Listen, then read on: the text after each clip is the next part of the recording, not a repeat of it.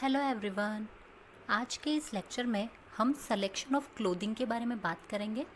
Previous lecture में हमने इसी टॉपिक का पार्ट 1 स्टडी किया था, जिसमें हमने हाउस होल्ड फैब्रिक्स को डिस्कस किया था। आज हम उसी की जो रिमेनिंग हेडिंग्स हैं उनके बारे में डिस्कस करेंगे और अपहोल्स्ट्री के बारे में बात करेंगे। तो अब हम आगे बात करते हैं हाउस होल्ड लिनन्स में कर्टन्स और ड्रेपरीज के बारे में। पर्दे और ड्रेपरी का उपयोग घर की सुंदरता और एकांतता को बनाए रखने के लिए किया जाता है। इसके साथ साथ यह मौसम से भी सुरक्षा देने का काम करता है और प्रोटेक्टिव भी रखता है। इसलिए पर्दों का जब भी चुनाव किया जाता है तब उसके रंग, डिज़ाइन, छाप, नमूने, इन सब के ऊपर ध्यान देना चाहिए कि जिस जगह पे आप लगाने वाले हैं या जिस कमरे में आप लगाने वाले हैं उसके कलर कॉम्बिनेशन से ये मैच करते हो। पर्दे और ड्रेपरी में थोड़ा डिफरेंस होता है, इसलिए इनका यूज़ भी अलग अलग होता है। अतः हमारे को पहले इसका डिफरेंस पता होना चाहिए। जो पर्दे होते हैं ये पूरे खिड़की के हिस्से को नहीं ढकते हैं, बल्कि इससे खिड़की का कुछ हिस्सा ही ढका जाता है। सामान्यतया ऐसे पर्दों को ऊपर और नीचे दोनों ओर डोरी में पिरो करके बांधा जाता है। ड्रेपरी पूरी खिड़की को ढकती है, इसलिए इसको पूरी खिड़की को ढकते हुए लटकाया जाता है।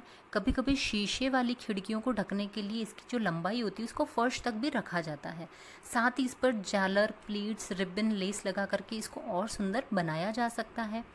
पर्दों और ड्रेपरी दोनों को 2 खंडों के अंदर भी विभाजित करके लगा सकते हो, अर्थात पर्दे के 2 भाग बना सकते हो, ताकि आपको जब इसे हटाना हो या साइड करना हो तो दोनों तरफ से इसे साइड करके सरकाया जा सके। जो पर्दे और ड्रेपरी होते हैं इनके मुख्य 3 उपयोग होते हैं, जैसे कि घर की एकांतता को बनाए रखना, घर की सुंदरता में बढ़ोतरी करना, मौसम जैसे कि वायु, धूप, प्रकाश से सुरक्षा करना। इसलिए जब भी हम इनका चयन करते हैं तो इन तीनों उद्देश्यों को भली भांति ध्यान में रखते हुए हमको इन्हें खरीदना चाहिए।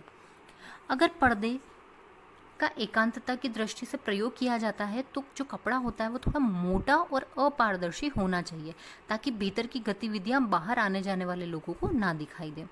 पर्दों के रंग गहरे होने चाहिए और इस पर जो नमूने और छापे बनी होती है वो भी चटक और गहरे रंग की होनी चाहिए। खिड़कियों और दरवाजों के पर्दे बड़े साइज के होने चाहिए, ताकि बाहर से लोग कोई गतिविधि देख ना पाए, और साथ ही जो पर्दे की जो रचना है वस्त्र की वो भी सघन और मोटी होनी चाहिए। अगर पर्दों का उपयोग घर की सुंदरता में वृद्धि लाने के लिए किया जाता है तो हम इन्हें पारदर्शी भी ले सकते हैं। यह व्यक्ति की रुचि और पसंद के ऊपर निर्भर करता है, हर किस प्रकार का आपका कमरा है उस पर निर्भर करता है। जैसे कई बार कमरे की जो खिड़कियां या दरवाजे होते हैं वो बाग बगीचों की तरफ खुलती है, तो वहाँ पर पारदर्शी पर्दों का उपयोग किया जा सकता है, जिससे कि कमरा देखने में और भी सुंदर लगता है। अगर पर्दों की खरीदारी यूटिलिटी के बेसिस पे की जाती है तो हमेशा इसको प्राथमिकता देनी चाहिए, अर्थात पर्दे जिस खिड़की या दरवाजे पर लगाए जाते हैं वहाँ के लोगों को धूप, वायु, प्रदूषण आदि से रक्षा मिले। साथ ही कपड़ा या मोटा, भारी, सघन रचना तथा पक्का रंग का होना चाहिए। पर्दे का रंग धूप या वर्षा से प्रभावित ना हो, इस चीज़ का ज़रूर से ध्यान रखना चाहिए। जो पर्दे का कपड़ा होता है यह वाटरप्रूफ भी हो सकता है, तो ये भी ज़्यादा अच्छा होता है, ताकि बारिश के समय या जहाँ पर जिस स्थान पर पानी गिरता है वहाँ से ये इसका बचाव करता है। बाथरूम्स में जो शावर कर्टन्स लगे होते हैं वहाँ पर इसका उपयोग बहुत अच्छा होता है, क्योंकि ये एक तो जल अवरोधक होते हैं जिसकी वजह से ये पानी से गीले नहीं होते हैं। अगर कमरे की खिड़की या दरवाजे का रुख बाहर आने जाने वाले व्यक्तियों की तरफ हो तो उस जगह के जो पर्दे होते हैं वो थोड़े सुंदर लगाने चाहिए, ताकि इससे जो सोशल स्टेटस होता है वो भी बढ़ता है और आपके टेस्ट का भी पता चलता है दूसरे लोगों को। पर्दे और ड्रेपरीज को बार बार धोया नहीं जा सकता है, इसलिए ऐसे वस्त्रों का चुनाव करना चाहिए जो कि सिकुड़न प्रतिरोधी अर्थात श्रिंकेज प्रूफ हो और साथ में इजी वॉश हो। साथ इनका रंग भी पक्का होना चाहिए। इन्हें खिड़की अथवा दरवाजे के माप से बनाया जाना चाहिए। कई बार ऐसा होता है कि वॉश करने के बाद में ही सिकुड़ जाते हैं या इनका रंग धुंधला या ख़राब हो जाता है, जिसकी वजह से आप इन्हें सेकेंड टाइम यूज़ नहीं कर सकते हैं। इसलिए जब भी इनकी सिलाई करवाते हैं तो इनको माप से 2 से 3 इंच तक ज़्यादा लंबा रखना चाहिए अथवा मोड़ करके इनकी हैमिंग करवा देनी चाहिए। जो पर्दों का चयन करते समय इनका रंग, इनकी संरचना तथा कक्ष तथा स्थान विशेष का रंग संयोजन, छाप, नमूने और जो क्रेता की आर्थिक स्थिति है उन सबको ध्यान में रखना चाहिए। जो कॉस्ट होती है वो एक सबसे इम्पॉर्टेंट फैक्टर होता है, लेकिन फिर भी आप प्राइस में थोड़ा कम ज़्यादा कर सकते हैं, लेकिन जो पर्दे खरीदते हैं वो अच्छी क्वालिटी के खरीदने चाहिए। टेरिलीन के पर्दे जो होते हैं वो थोड़े महंगे होते हैं, लेकिन ये काफ़ी अच्छे रहते हैं। जो कॉटन के पर्दे आते हैं वो थोड़े सस्ते होते हैं, क्योंकि इनको आप इजीली वॉश कर सकते हो, ड्राई कर सकते हो और इनकी देखभाल भी इजी होती है। लंबे लंबे फ्लोट से बने हुए जो नमूने होते हैं, ऐसे पर्दे दिखने में तो बहुत सुंदर लगते हैं, लेकिन इनकी लाइफ ज़्यादा लंबी नहीं होती है, ये जल्दी फट जाते हैं, क्योंकि इनके ऊपर जितने लंबे फ्लोट हैं वो रगड़ और घिसावट के कारण इनके जो रेशे कमज़ोर पड़ने से ये कपड़े फट जाते हैं, या फिर कभी कभार इनमें कोई चीज़ें फंस जाती हैं जिसकी वजह से भी इनके जो धागे होते हैं वो खिंच जाते हैं। अब जो पर्दा होता है, अब आप इसको रिपेयर भी नहीं कर सकते, क्योंकि इसके सेम कलर का कपड़ा वापस मिलना भी मुश्किल होता है। इसलिए लंबे फ्लोट्स वाले पर्दे नहीं खरीदने चाहिए। कपास से जो बने हुए कपड़े होते हैं या सूती पर्दे जो होते हैं वो सस्ते, मजबूत और टिकाऊ होते हैं। आजकल हैंडलूम के पर्दे भी बहुत ज़्यादा लोग यूज़ करने लग गए हैं, जो दिखने में बहुत ही सुंदर लगते हैं। मार्केट में आजकल आपको रेडीमेड पर्दे भी मिल जाते हैं, लेकिन आपकी दरवाजे या खिड़की का साइज़ क्या है उसके हिसाब से आपको देख करके खरीदना चाहिए, और आप चाहें तो इन्हें घर पर भी बनवा सकते हैं। मार्केट में आजकल अलग अलग रंग के, डिज़ाइनों के बहुत सुंदर सुंदर पर्दे मिल जाते हैं। पर्दों का चयन करते समय इनका जो स्ट्रक्चर और टेक्सचर है उसका ध्यान रखना चाहिए, क्योंकि पर्दे कुछ कमज़ोर या बिना बटे हुए धागों से बने होते हैं। वो दिखने में तो सुंदर लगेंगे, लेकिन बहुत ही जल्दी ये फट जाएंगे। जो पर्दे होते हैं ये धूप, धूल, प्रकाश, वर्षा, हवा, नमी आदि सबका भी इनको निरंतर सामना करना पड़ता है। इसलिए कपड़े को जब खरीदते हैं तो उसका बहुत ही सावधानी पूर्वक उसको खरीदना चाहिए। कपास, रेयॉन, नायलॉन, डेकरॉन, लिनन, इस टाइप के जो रेशो के पर्दे होते हैं वो आराम से आप खरीद सकते हो। आजकल पॉली फाइबर या ग्लास फाइबर के जो पर्दे होते हैं वो भी बहुत ज़्यादा पॉपुलर हैं। इनकी सफाई, धुलाई, रख रखाव और जो इनकी केयर और मेंटेनेंस है वो भी बहुत इजी है, और ये लंबे समय तक बहुत ही अच्छे रहते हैं। जो ग्लास फाइबर के पर्दे होते हैं ये फायर रेजिस्टेंट होते हैं और साथ ही वाटर प्रूफ भी होते हैं, तो ये प्रत्यास्थता विहीन भी होते हैं। अतः न तो ये फैलते सिकुड़ते हैं और लंबे समय तक अपनी स्थिति में बने रहते हैं। ये श्रिंक प्रूफ भी होते हैं, तो ये सिकुड़ेगा भी नहीं और ये जल्दी से गंदा भी नहीं होगा, क्योंकि इनका टेक्सचर बहुत ही स्मूथ होता है इसलिए। तो जो धूल कण, मिट्टी और गंदगी होती है वो भी फिसल करके नीचे गिर जाती है, और अगर इन पर कोई स्टेन लग गया है तो आप उसे बहुत ही ईजिली क्लीन कर सकते हैं। इसलिए इनका उपयोग बहुत ही ज़्यादा किया जाता है। अगला हम बात करेंगे कारपेट्स के बारे में। गृह सज्जा में जो दरी या कालीन होता है इसका बहुत ही महत्वपूर्ण स्थान है, क्योंकि ये जो कोई भी कक्ष है या कोई भी स्थान है उसकी जो खूबसूरती होती है उसे बहुत बढ़ा देता है, और साथ ही साथ में जो बेस होता है उससे कमरे का प्रभाव ही बिल्कुल बदल जाता है। इसलिए जब भी आप इनको खरीदते हैं तो थोड़ा सोच समझ करके खरीदना चाहिए। जब हम कारपेट का चुनाव करते हैं तो इसकी उपयोगिता, रख रखाव, रंग, मजबूती, छाप, नमूने, आकार, संरचना, टिकाऊपन, दृढ़ता, कार्यक्षमता, आकर्षण तथा सौंदर्य पर भी ध्यान देना चाहिए। कपास, लिनन, ऊन, रेशम, एसीटेट, एक्रिलिन, नायलॉन, पॉलिएस्टर आदि रेशों से बने हुए कालीन्स आपको मार्केट में मिल जाएंगे। इसके साथ ही जूट के, हैम्प, नारियल के रेशो, इन सब से भी बने हुए मार्केट में मिलते हैं। जो ऊन की दरियाँ होती है वो सबसे अच्छी और उत्कृष्ट श्रेणी की मानी जाती है, क्योंकि जो इनका टेंसाइल स्ट्रेंथ होता है, रेजिलियंसी और इलास्टिसिटी, अब्जॉर्बेंस, एब्रेशन रेजिस्टेंट, ये सब बहुत ही अच्छा होता है। और साथ ही जो कमरा होता है उसको थोड़ा गर्म रखते हैं। जो ठंडे प्रदेश होते हैं वहाँ पर इसनी जो वुलन कारपेट्स होता है उन्हीं का यूज़ किया जाता है। जो मैनमेड फाइबर होते हैं उनसे बनी हुई जो दरियाँ होती है वो बहुत ही मजबूत और ड्यूरेबल होती है, और इनका रख रखाव, साफ़ सफाई भी बहुत ही इजी होता है। अगर इन पर स्टेन लग जाए तो भी बहुत ही इजीली आप इसको रिमूव कर सकते हो। लेकिन बस इनका एक ही बहुत बड़ा ड्रॉबैक होता है कि अगर इसके ऊपर कोई चिंगारी लग जाए तो ये जल जाते हैं और इनमें छेद पड़ जाते हैं। अगर फॉर्मल अरेंजमेंट की अगर हम बात करें तो जो कालीन होता है उसको वॉल टू वॉल बिछाया जाता है, मतलब एक दीवार से दूसरी दीवार तक इसको पूरा फैला करके लगाया जाता है। लेकिन घरों के अंदर छोटे छोटे कालीन्स भी लोग बिछाते हैं, इससे कमरा देखने में बड़ा दिखाई देता है और साथ ही इनकी जो सफाई और रख रखाव होता है वो भी बहुत ही आसान हो जाता है। जो कालीन होते हैं इनका चुनाव करते समय इनकी कार्यक्षमता, सौंदर्यता तथा मूल्य पर ध्यान देना बहुत ज़रूरी होता है, क्योंकि जो अच्छी क्वालिटी की दरियाँ होती वो बहुत ही महंगी आती है। तो कई बार लोग थोड़े से पैसे के चक्कर में जो ख़राब किस्म की जो कारपेट्स होती है उसको ख़रीद लेते हैं, तो वो ज़्यादा लंबे समय तक नहीं चलती है।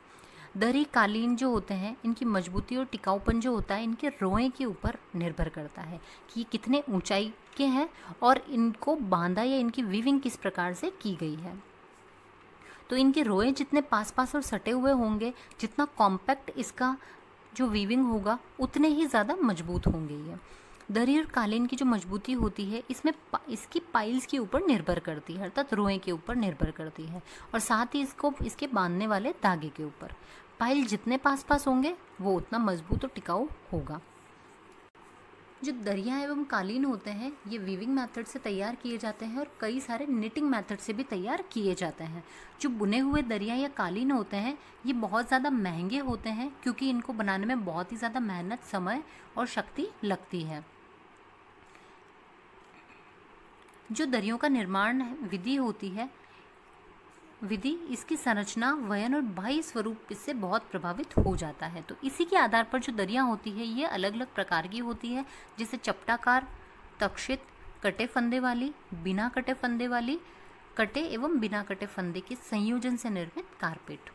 पहला है फ्लैट कारपेट। इस प्रकार की जो कारपेट्स होती हैं उनकी जो ऊपरी सतह बिल्कुल चपटी होती है और एक भी पाइल्स जो होती है वो उठी हुई नहीं होती है। इस प्रकार की जो कालीन होती है इसको आप दोनों तरफ से बिछा करके यूज़ कर सकते हो, अर्थात ये रिवर्सिबल होती है और इसकी कार्यक्षमता भी बढ़ जाती है।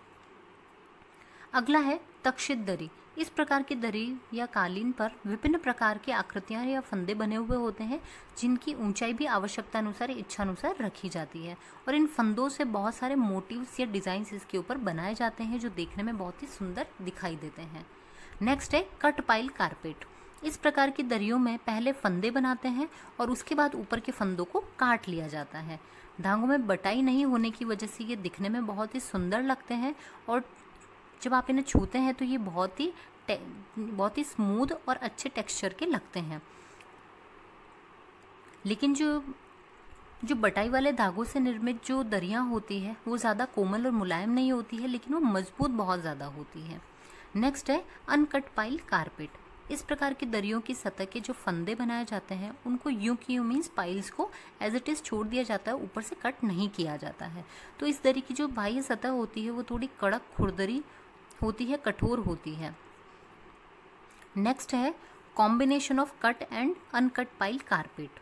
इस प्रकार के दरियों के बाह्य सतह पर पहले फंदे बनाते हैं, बाद में उनके जो डिज़ाइन कैसी बनाई जा रही है उसके ऊपर मोटिव कैसा है उसके अकॉर्डिंग कुछ फंदों को काट देते हैं और कुछ पाइल्स को एज इट इज़ छोड़ दिया जाता है, जिससे कि जो नमूने होते हैं या डिज़ाइंस होते हैं, मोटिव्स होते हैं वो और ज़्यादा उभर करके आते हैं और बहुत ही सुंदर और आकर्षक दिखाई देते हैं। साथ ही जो इसमें दरियों की जो सौंदर्यता होती है वो भी बढ़ जाती है। आजकल जो कालीन आते हैं इनके पीछे लेटेक्स फॉर्म या यूरेथीन फॉर्म लगा हुआ होता है और इसकी एक प्लास्टिक कोट होती है पीछे, जिससे कि जो कालीन के धागे होते हैं वो बाहर नहीं निकल पाते हैं और ये अच्छे से इसके अंदर जम करके स्थिर रहते हैं। इस प्रक्रिया को पेटेंट बैक भी कहा जाता है। जो दरी और कालीन है इनको जब आप खरीदते हैं उस टाइम पर इस चीज़ का ध्यान रखें कि इसे कीट रोधी परिसज्जा दी गई है या नहीं दी गई है, क्योंकि कीट परिसज्जा से युक्त जो कालीन होती है उनके ऊपर कीड़े नहीं लगते हैं, क्योंकि ये अगर आप कितना भी महंगा खरीद लेंगे और अगर इस पर कीड़े लग गए तो वो पूरे कारपेट को खा करके ख़राब कर देते हैं। इसलिए इंसेक्ट रेपेलेंट इसके ऊपर लगा हुआ होना चाहिए। दरी और कालीन की जो उचित देख रेख और साथ संभाल करना बहुत ज़रूरी है। जितना अच्छे से आप इसकी देख संभाल करेंगे ये उतने लंबे समय तक चलेगा। और साथ ही टाइम टाइम पर इसके ऊपर लगी हुई मिट्टी, धूलकण, इन सब को झाड़ करके साफ कर देना चाहिए। एक सप्ताह में लगभग 1 या 2 बार आपको इससे वैक्यूम क्लीनर से इसको क्लीन करना चाहिए, ताकि बारीक से बारीक मिट्टी या धूलकण भी इसमें से बाहर निकल जाए। और कुछ टाइम के लिए आप इसे सूर्य के प्रकाश में भी डाल सकते हैं, जिससे कि ये बिल्कुल साफ हो जाते हैं। अब हम बात करेंगे ब्लैंकेट्स के बारे में। सर्दी के मौसम में ठंड से बचाव के लिए कंबल का यूज़ किया जाता है और कंबल का मुख्य काम होता है उष्णता प्रदान करना। जो पूरे तरीके से ऊन रेशो से अर्थात वुलन के फाइबर से बना हुआ जो ब्लैंकेट होता है वो बहुत ही गर्म होते हैं। इनकी मोटाई, सघन बुनाई जो होती है उसके ऊपर निर्भर करता है कि ये कितने गर्म होंगे। लंबे रोए तथा सघन बुनाई से बने हुए जो कंबल होते हैं वो अच्छी गर्मी देते हैं, क्योंकि जो लंबे रोओं के बीच में जो गैप होता है उसमें जो वायु के कण होते हैं वो ठहर जाते हैं या वहाँ पर रुक जाते हैं, जिसकी वजह से जो ऊष्मा होती है वह गर्मी प्रदान करती है। क्योंकि हवा ताप का कुचालक होती है, अतः न तो शरीर की गर्मी बाहर जा पाती है, न ही बाहर की जो सर्दी होती है वो अंदर प्रवेश कर पाती है।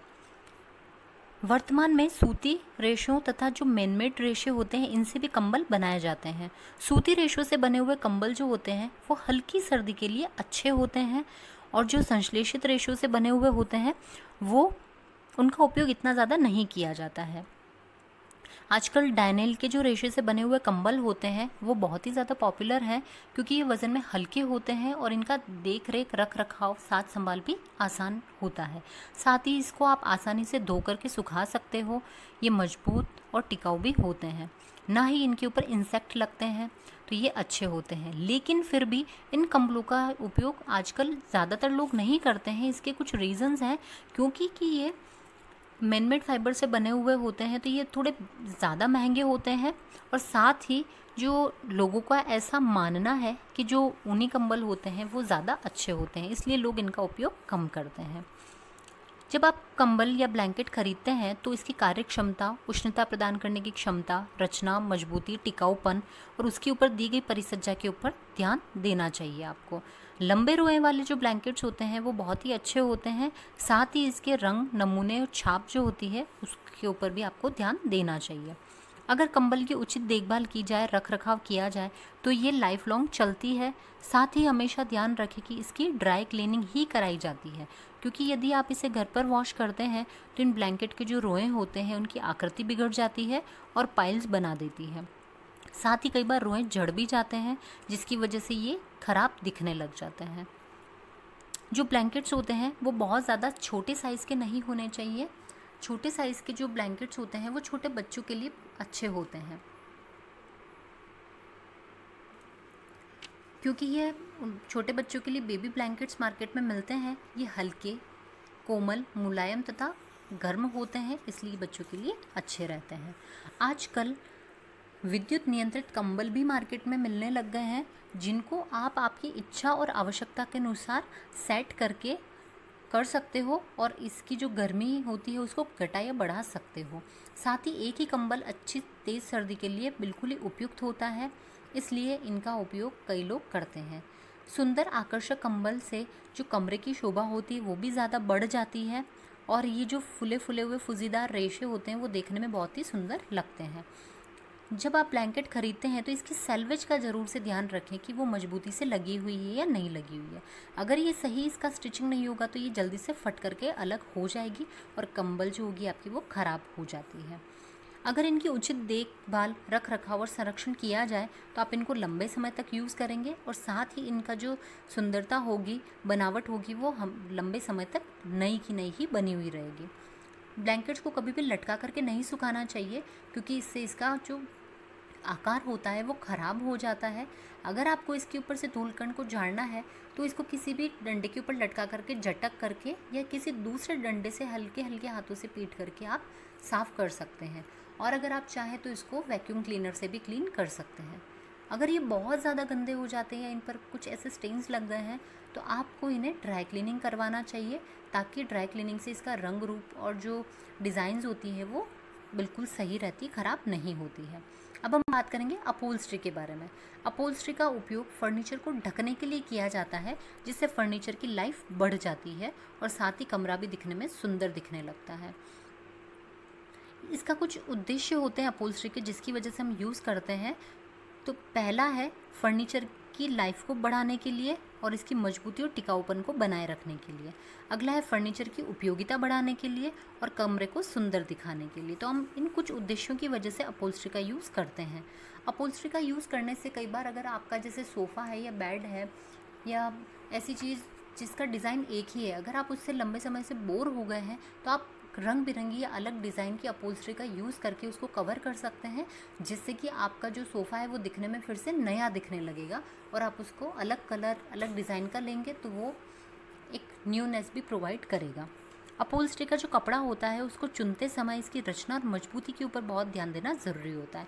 इसका वेफ्ट और वॉप यार्न अच्छे से बुना हुआ हो, अर्थात इसकी वीविंग एकदम कॉम्पैक्ट होनी चाहिए, ताकि ये गंदे जल्दी नहीं होते हैं, साथ ही इनकी मजबूती और कार्यक्षमता भी बढ़ जाती है। जो इसके धागे होते हैं हमेशा ध्यान रखना चाहिए कि उनमें ट्विस्टिंग अच्छे से दी हुई हो और फैब्रिक काउंट भी इसका अच्छा होना चाहिए। साथ ही ये बढ़िया दृढ़ और कड़ापन लिए हुआ होना चाहिए, क्योंकि अपहोल्स्ट्री का कपड़ा महंगा आता है और आप इसे बार बार नहीं खरीद करके बनवा सकते हैं। अगर आप बिल्कुल झिरझिरे बुनाई वाले अगर अपहोल्स्ट्री का कपड़ा ख़रीदते हैं तो वो बहुत ही जल्दी फट जाता है, क्योंकि अपहोल्स्ट्री का जो कपड़ा होता है इसको बहुत तनाव, खिंचाव और रगड़ सहन करना पड़ता है, क्योंकि हम सोफ़ा पर बार बार बैठते उठते हैं तो इसकी वजह से उसके ऊपर बहुत बार फ्रिक्शन लगता है, जिसकी वजह से उनमें जल्दी फटने का डर रहता है। जो कपड़े की बुनाई है या वीविंग है वो किस प्रकार की गई है उसका बहुत इम्पॉर्टेंट रोल होता है, उसका बहुत ज़्यादा ध्यान रखना होता है। जैसे कि ट्विल बुनाई से बुना हुआ अगर फैब्रिक होगा तो वो बहुत ही मजबूत होता है, लेकिन सटीन, बास्केट या किसी भी फैंसी वीविंग से बना हुआ अगर कपड़ा होगा तो वो बहुत जल्दी ख़राब हो जाएगा। कई बार इसमें लंबे लंबे फ्लोट्स लेकर के बनाए हुए होते हैं तो वो फट भी बहुत जल्दी जाते हैं, उनके ऊपर फ्रिक्शन भी बहुत लगता है और अगर इसके अंदर कभी कोई चीज़ फंस जाती है तो वो फट जाता है। इसलिए हमें इस चीज़ का ध्यान रखना चाहिए। अपहोल्स्ट्री को चुनते समय उसका रंग और जो उसके ऊपर मोटिव है, उसका जो प्रिंट है, डिज़ाइन है, उसका बहुत अच्छे से ध्यान रखना चाहिए कि ये आपके रूम के कलर कॉम्बिनेशन, पर्दों के या दूसरे सामान है जैसे कि कारपेट वगैरह के कलर कॉम्बिनेशन से मैच करता हुआ होना चाहिए, ताकि ये दिखने में और भी सुंदर दिखने लगे। कलर फास्टनेस का ध्यान रखना बहुत ज़रूरी है। अगर कपड़े का कलर निकल जाता है धोने के पश्चात तो वो बहुत ही जल्दी ख़राब हो जाएगा, दिखने में बिल्कुल अनाकर्षक और बेजान लगने लगता है, जिससे आप इसे सेकंड या थर्ड टाइम आप इसे यूज़ नहीं करेंगे। क्योंकि ये कपड़े महंगे आते हैं इसलिए इसे बार बार ख़रीदना भी मुश्किल होता है।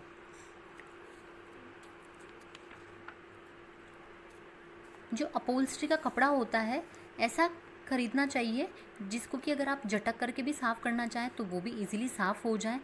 अपहोल्स्ट्री के कपड़े की जब आप सिलाई करवाते हैं या बनवाते हैं तो इसे थोड़ा सा ढीला रखना चाहिए, ताकि इसको उतारना चढ़ाना बहुत ही आसान हो जाए। बहुत ही ज़्यादा अगर आप कसा हुआ या टाइट अपहोल्स्ट्री रखेंगे तो वो बहुत ही जल्दी फट जाएगा, इसलिए इसके अंदर बैलेंस रखना बहुत ज़रूरी होता है।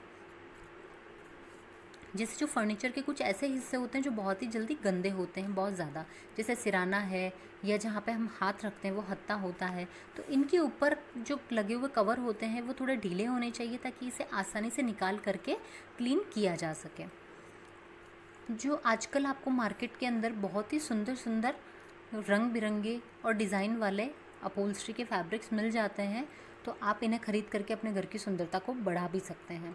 इनकी अगर रख रखाव देखभाल अच्छे से की जाए तो इनका जीवन काल बहुत ही लंबा हो जाता है। और इस चीज़ का ध्यान रखें कि जो अपहोल्स्ट्री का कपड़ा होता है इसके ऊपर इंसेक्ट रेजिस्टेंट या रेपेलेंट लगा हुआ होना चाहिए, ताकि इसको कीड़े या फफूंदी इनको नुकसान नहीं पहुंचा पाए और आप इसे लंबे समय तक यूज़ कर सकें। नेक्स्ट हम बात करेंगे टॉवल की। यह जल और नमी को अवशोषित करने के लिए हम तौलिए का इस्तेमाल करते हैं। तो इसका सबसे पहला पर्पज़ ये होना चाहिए कि ये मॉइस्चर को अच्छे से अब्जॉर्ब कर ले। जो लूपदार टॉवल्स होती है वो सबसे अच्छी होती है, क्योंकि इसके जो लूप्स जितने ज़्यादा होते हैं इसकी अब्जॉर्बेंसी पावर उतनी ही बढ़ती जाती है। और ये जो लूप होते हैं इनको पाइल्स भी कहा जाता है। ट्विल बुनाई से बुने हुए जो तौलिए होते हैं वो बहुत ही अच्छे होते हैं। तौलिए की जो गुणवत्ता और अवशोषकता होती है वो निम्न बातों के ऊपर निर्भर करती है कि जैसे वीविंग कैसे की गई है टॉवल की, तो इसकी रचना और इसका जो अर्थात इसका स्ट्रक्चर और टेक्सचर होता है वो जितना कॉम्पैक्ट होगा ये उतना कपड़ा मजबूत होगा। अर्थात जो इसका वेफ्ट और वॉप यार्न है वो पास पास और सटे हुए कसे हुए होने चाहिए। पाइल बुनाई से निर्मित जो तौलिया होता है वो बहुत ही अच्छे होते हैं। जो सिंपल या बास्केट वीविंग से बने हुए होते हैं वो थोड़े कम मजबूत होते हैं और बहुत इजीली इनके लूप्स निकल जाते हैं। इस प्रकार के जो तौलिए होते हैं उनको निम्न कोटि का माना जाता है, इसलिए हमेशा इनकी जो कॉम्पैक्टनेस होती है उसको देख करके ही आपको टॉवल को खरीदना चाहिए। अगला है number and length of loops. तौलिए के ऊपर जो उपस्थित जो संख्या और लंबाई है वो इसकी अवशोषण क्षमता को निर्धारित करती है। अर्थात कितने लूप्स बने हुए, कितने नंबर ऑफ लूप और कितने लंबाई के बने हुए, उससे इसकी अब्जॉर्बेंसी पावर का पता चलता है। लंबे लंबे लूप्स होंगे तो उससे जो टॉवल होता है उसका सरफेस एरिया बढ़ जाता है, तो इसका जो अब्जॉर्बेंसी पावर होता है वो भी अपना बढ़ जाएगा। लेकिन अगर ढीली बटाई वाला होगा तो उसके फंदे जो होंगे वो और भी अच्छे से इस मॉइस्चर को अब्जॉर्ब कर लेंगे। धागे की जो बटाई होती है अर्थात ट्विस्टिंग होती है वो तौलिए के अंदर कड़ापन या कोमलता लाने के लिए रिस्पॉन्सिबल होती है। अगर बहुत ज़्यादा ट्विस्टेड यार्न का यूज़ किया जाएगा तो टॉवल बहुत ही कड़क होता है, लेकिन ये रगड़ने या फ्रिक्शन के उद्देश्य से बहुत अच्छा होता है। लेकिन जो कम ट्विस्टिंग वाला धागे यूज़ किया जाता है टॉवल बनाने में तो वैसे बने हुए टॉवल्स सॉफ्ट और थोड़े मुलायम होते हैं। ये बच्चों के लिए बहुत अच्छे रहते हैं। जो फंदे वाले अर्थात लूप वाले जो टॉवल्स होते हैं उसके धागों को कस करके बांधा जाता है वॉप यार्न से, जिससे कि जो फंदे होते हैं ये इसकी रचना अच्छे से बना करके और पास पास कॉम्पैक्टली सेट हो जाते हैं। जो टॉवल्स होते हैं ये सिंगल लूप वाले और डबल लूप वाले भी मिलते हैं, लेकिन अगर हम स्ट्रेंथ के पर्पज़ से देखें तो जो सिंगल लूप टॉवल्स होते हैं वो सबसे अच्छे होते हैं। नेक्स्ट है सेल्वेज। जो टॉवल्स की सेल्वेज होती है उससे इसकी मजबूती भी प्रभावित होती है, क्योंकि सेल्वेज दोनों तरफ होनी चाहिए। जो लंबाई की दोनों साइड जो किनारी होती है उसी को सेल्वेज कहा जाता है, लेकिन किनारी जितनी ज़्यादा चौड़ी होगी तो उससे जो टॉवल का सरफेस एरिया होगा वो कम हो जाएगा।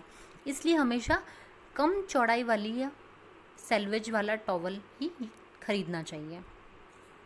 नेक्स्ट है धागे का प्रकार। जो सूती, लिनन या रेयॉन का जो रेशा होता है ये नमी और जो मॉइस्चर होता है उसको अच्छे से सोख लेता है, इसलिए इस प्रकार के जो टॉवल्स होते हैं वो सबसे अच्छे होते हैं। अब हम बात करेंगे टाइप्स ऑफ टॉवल्स के बारे में, तौलिए के प्रकार के बारे में। उपयोगिता के आधार पर तौलिए को कुछ निम्न प्रकारों में बांटा जा सकता है, जैसे कि bath towels, hand and face towel, dish towel and kitchen towels. पहले हम बात करेंगे बाथ टॉवल्स के बारे में। जो स्नान करने के जो तौलिया होता है ये सबसे ज़्यादा उपयोग में आता है। इसका साइज़ अलग अलग टाइप से आपको मार्केट में अवेलेबल होगा। इन पर जो उठे हुए रोए होते हैं वो मुलायम और कोमल होते हैं और साथ ही ये मॉइस्चर और जल को अच्छे से अब्जॉर्ब कर लेते हैं। क्योंकि इसके ऊपर जो बने हुए लूप्स होते हैं वो मॉइस्चर को अब्जॉर्ब कर लेते हैं। इसलिए आजकल आपको मार्केट में वेलर टेरी के जो टॉवल्स होते हैं वो मिल जाएंगे, जो देखने में बहुत ही सुंदर आकर्षक होते हैं और बहुत अलग अलग टाइप के कलर्स में अवेलेबल होते हैं। इसमें जो लूप होते हैं वो एक ही साइड से उठे हुए होते हैं, लेकिन जो इनकी कोमलता, मुलायमता होती है वो और अब्जॉर्बेंसी पावर बहुत ही अच्छी होती है। तो ऐसे टॉवल्स बच्चों के लिए बहुत अच्छे रहते हैं। जब हम टॉवल्स को चूज़ करते हैं तो इनकी संरचना और जो डिज़ाइन होता है, टेक्सचर होता है, उसके ऊपर ध्यान देना बहुत ही ज़रूरी होता है। जो तौलिया डबल लूप वाली होती है या सिंगल लूप वाली होती है इसका ध्यान रखना चाहिए। डबल लूप वाली जो टॉवल्स होती है उसमें डबल पाइल्स का यूज़ किया जाता है, जबकि सिंगल लूप वाली टॉवल्स में सिंगल यार्न का या सिंगल पाइल्स का ही यूज़ किया जाता है। जो डबल लूप वाली जो टॉवल्स होती है उससे जो वो कपड़ा होता है या टॉवल होती है उसका जो सरफेस एरिया होता है वो बढ़ जाता है, जिसकी वजह से जो इनकी अब्जॉर्बेंसी पावर बहुत अच्छी होती है। लेकिन जो इनकी मजबूती और टिकाऊपन होता है वो बहुत ही कम हो जाता है। इसलिए अगर हम कंपेयर करें तो जो सिंगल लूप वाली जो टॉवल्स होती है वो ज़्यादा अच्छी होती है। नेक्स्ट है हैंड एंड फेस टॉवल। हाथ और मुंह पोंछने के लिए जो तौलिया आती है ये डिफरेंट साइजेस में आपको मार्केट में अवेलेबल होती है। तो जो आपको सूटेबल लगती है, सही लगती है, उसके हिसाब से हमको इसको परचेज़ करना चाहिए। ये कपास लिनन के रेशो से बनी हुई भी मार्केट में मिल जाती है या फिर आपको मिश्रित धागों से बनी हुई भी मिल जाएगी, जो अलग अलग रंगों नमूनों की होती है। Face and hand towels different type की वीविंग्स से बनी हुई होती है, जैसे कि हैका बैक हो गई, बर्ड्स आई हो गई, ट्विल वीव हो गई, सैटिन या सटीन वीव होती है, प्लेन वीव, इन सब की बनी हुई होती है। इस प्रकार के टॉवल जब आप खरीदते हैं तो इसकी कॉम्पैक्टनेस को देख करके खरीदना चाहिए। साथ ही ये कोमल, मुलायम और मजबूत होनी चाहिए। ये जितनी मुलायम और कोमल होगी त्वचा के ऊपर उतना ही कम फ्रिक्शन पैदा करेगी। इनकी अब्जॉर्बेंसी पावर अच्छी होनी चाहिए ताकि ये सारे के सारे मॉइस्चर को सोख लें। इनकी केयर एंड मेंटेनेंस अर्थात इनकी वॉशिंग भी इजी होनी चाहिए ताकि आप इसको टाइमली यूज़ करके आप इसको वॉश कर दो तो ये ज़्यादा अच्छा रहता है। जब हम टॉवल्स को ख़रीदते हैं तो इनके कलर, डिज़ाइंस और जो मोटिव्स होते हैं या प्रिंट्स होती है उसको अच्छे से देख करके ख़रीदना चाहिए। और कलर फास्टनेस की भी जांच कर लेनी चाहिए कि ये कहीं इसका रंग उतर ना जाए, क्योंकि 1 या 2 वॉश के बाद ही अगर इसका कलर उतर जाता है तो ये देखने में अनाकर्षक और ख़राब दिखने लगते हैं और आप इसे सेकेंड टाइम यूज़ नहीं कर पाते हैं। नेक्स्ट है डिश टॉवल्स। डिश को पोंछने वाली जो टॉवल्स होती है उसको डिश टॉवल कहते हैं। इसमें भी दूसरे टॉवल्स की तरह मॉइस्चर और जल को अब्जॉर्ब करने की अच्छी पावर होनी चाहिए ताकि ये बर्तनों से अच्छे से सारा का सारा जल सोख ले। डिश टॉवल्स का जब यूज़ करते हैं, जब इनका चयन करते हैं तो इनकी मजबूती, टिकाऊपन, दृढ़ता और कोमलता पर ध्यान देना बहुत ज़रूरी होता है।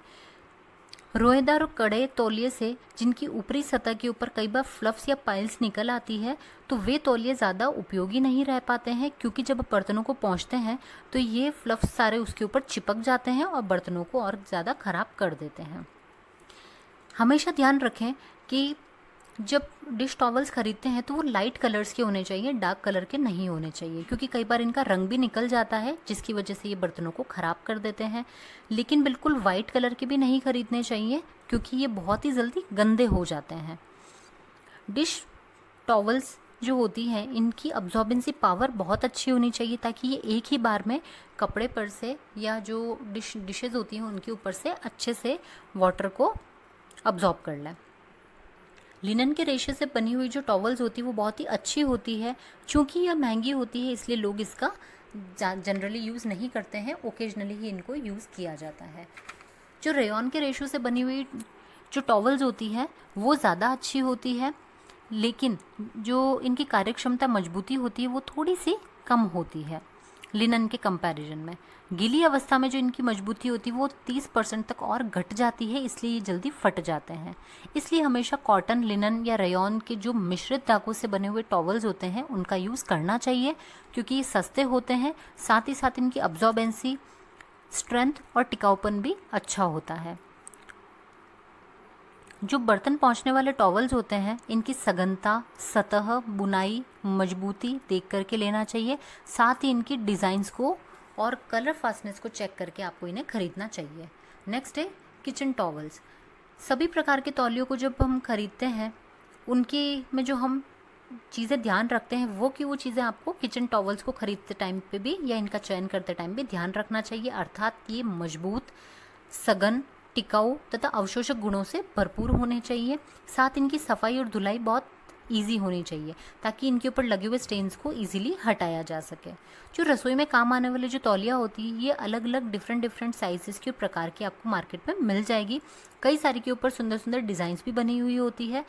आप इसको कलर के, जो किचन का कलर होता है उसके कलर के अकॉर्डिंग कलर कॉम्बिनेशन से खरीद सकते हैं और ये किचन में काम करते टाइम आपको बार बार हाथ पोंछने के लिए यूज़ आती है। इनका एक प्रमुख गुण ये भी होना चाहिए कि ये शीघ्रता से सूखने वाली होनी चाहिए ताकि ये लंबे टाइम तक गीली ना रह पाए। जो कपास, लिनन, रेयॉन या इनसे जो मिश्रित धागों से बनी हुई जो टॉवल्स होती है वो बहुत ज़्यादा अच्छी होती है क्योंकि इनमें मजबूती, टिकाऊपन और अवशोषक गुण अच्छा पाया जाता है। इस प्रकार आज के इस लेक्चर में हमने हाउस होल्ड लिनन्स के साथ साथ अपहोल्स्ट्री के बारे में भी डिस्कस किया है। इसी के साथ आज का हमारा ये लेक्चर ख़त्म होता है। Thank you.